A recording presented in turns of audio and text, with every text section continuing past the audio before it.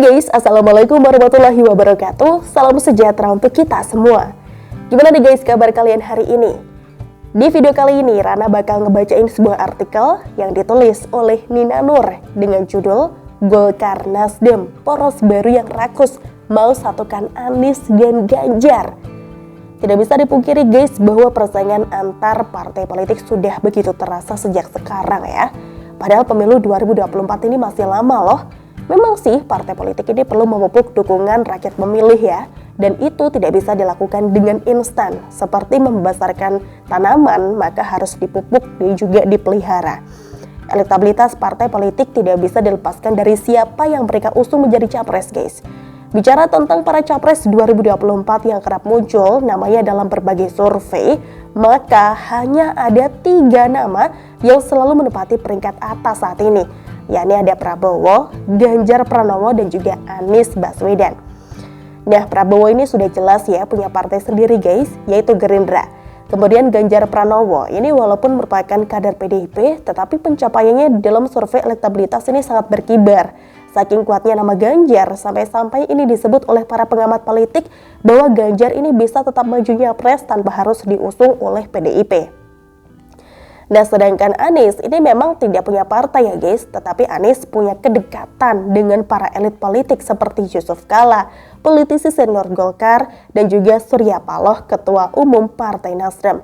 Kita fokus pada Golkar dan juga Nasdem guys. Antara Golkar dan juga Nasdem memang ada hubungan historis. Surya Paloh ini pernah menjabat sebagai Ketua Dewan Pertimbangan Partai Golkar saat Yusuf Kala menjadi Ketua Umum Partai Golkar. Oleh sebab itu, tidak mengherankan guys ketika terdengar bisik-bisik soal koalisi antara Golkar dan Nasdem pada bulan Oktober tahun ini. Rencana koalisi ini pun juga didukung oleh pencapaian suara kedua partai dalam pemilu 2019 silam guys, di mana Golkar mendapatkan 12,31% suara, sedangkan Nasdem mendapatkan 9,05% suara. Gabungan dari keduanya ini sudah cukup ya untuk mencapai ambang batas pengusungan calon presiden buat 2024, yaitu 20% dari jumlah kursi di DPR RI.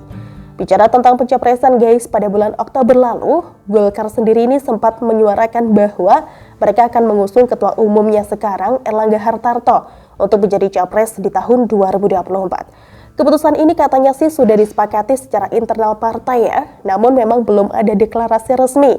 Melihat posisi Erlangga yang masih jauh di bawah Prabowo, Ganjar, dan Anies dalam berbagai survei elektabilitas, rasanya rencana ini bisa saja berubah. Dunia politik kan sangat cair ya, bisa berubah setiap saat.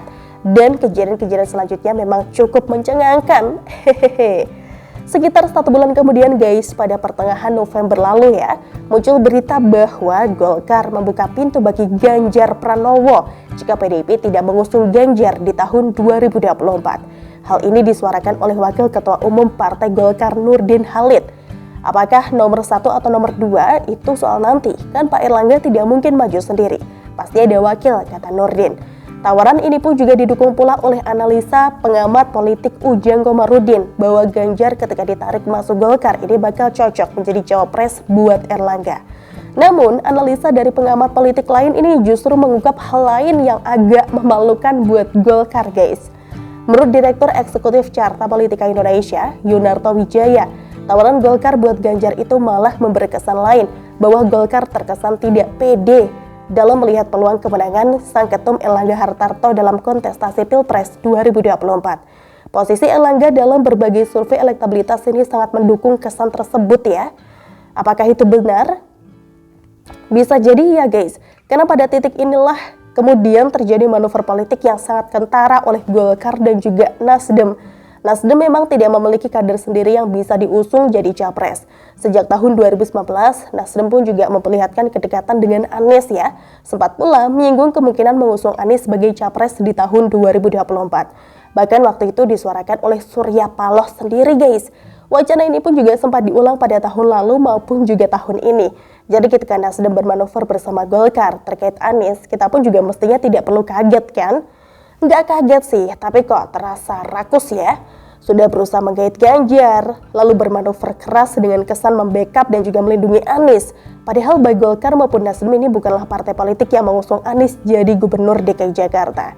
Manuver ini mulai terungkap ke mata publik ketika Anies dikabarkan menerima penghargaan dari Metro TV sebagai Best Governor for Inclusive Economic Growth karena dinilai berhasil mengembangkan perekonomian daerah di tengah pandemi COVID. Siapa yang percaya dengan kinerja Anies? Bukannya yang membantu UMKM itu pemerintah pusat ya? Tahu dong, Metro TV punya siapa? Pada saat yang sama guys, terungkap pula bahwa Anies ini telah membentuk kepanitiaan untuk menggelar ajang balap Formula E. Seperti yang diketahui dan juga dipahami publik, Formula E ini merupakan proyek besar dari Anies Baswedan yang sangat kentara untuk dijadikan sebagai panggung buat mengangkat nama dirinya, Anies Baswedan. Bahkan rencananya waktu itu guys, Formula E akan dilaksanakan hingga 5 tahun ke depan melewati masa jabatan Anies yang akan berakhir pada tahun 2022. Demi rakyat Jakarta. Padahal masalah banjir, macet, air bersih hingga fasilitas MCK ini masih belum tuntas kan ya. Apalagi kalau bukan menambah pamor Anies menuju 2024. Nah, jika Formula E bisa disebut bermotif politis guys, maka kepanitiaan yang dibentuk oleh Anies pun juga bisa dipastikan bermotif politis. Anies menunjuk Ahmad Sahroni sebagai ketua pelaksana Formula E. Diketahui Ahmad Sahroni ini adalah anggota fraksi Nasdem di DPR RI. Anies pun juga menunjuk Bambang Susatyo atau Bamsud sebagai ketua panitia pengarah Formula E. Bamsud adalah politisi Golkar dan juga ketua MPR RI. Motif politis tersebut juga langsung terlihat dengan kentara ya ketika mereka berusaha menarik Presiden Jokowi dalam penentuan lokasi balapan. Dalam jumpa pers mewakili penyelenggara Formula E, Bamsud pun juga menyatakan bahwa mereka akan meminta arahan dari Presiden Jokowi soal penentuan lokasi. Nah, soal lokasi ini memang blunder sih guys. Hingga sekarang pun juga belum jelas ya Formula E akan digelar di mana. Padahal tinggal beberapa bulan lagi loh. Memang banyak yang blunder dari gelaran Formula E ini. Bahkan KPK pun juga sudah mulai turun tangan memeriksanya. Formula E bisa saja akan jadi panggung politik Anies guys. Namun, bisa saja jadi kuburan yang menenggelamkan Anies. Apalagi sudah ada rencana interpelasi dari fraksi PDIP dan juga PSI DPRD DKI Jakarta yang diboikot oleh fraksi lainnya termasuk Golkar dan juga Nasdem. Tidak hanya jadi panitia saja guys, kedua politisi Golkar dan juga Nasdem ini pun juga berusaha mencuci dosa Anies.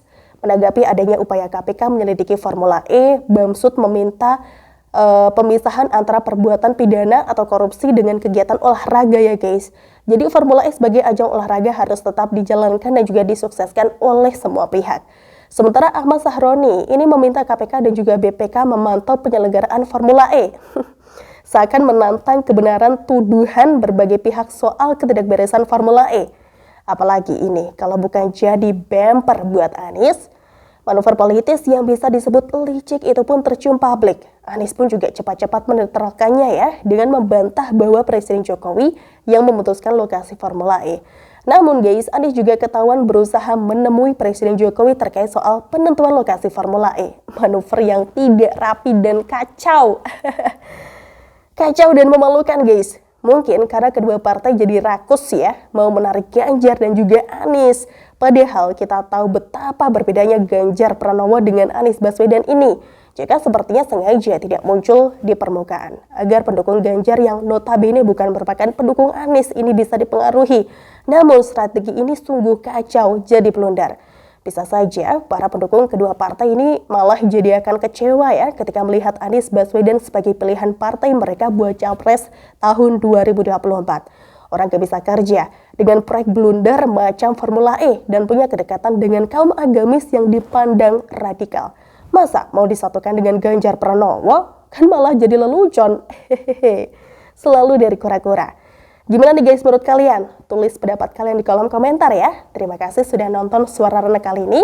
Sampai jumpa besok. Bye-bye. Wassalamualaikum warahmatullahi wabarakatuh.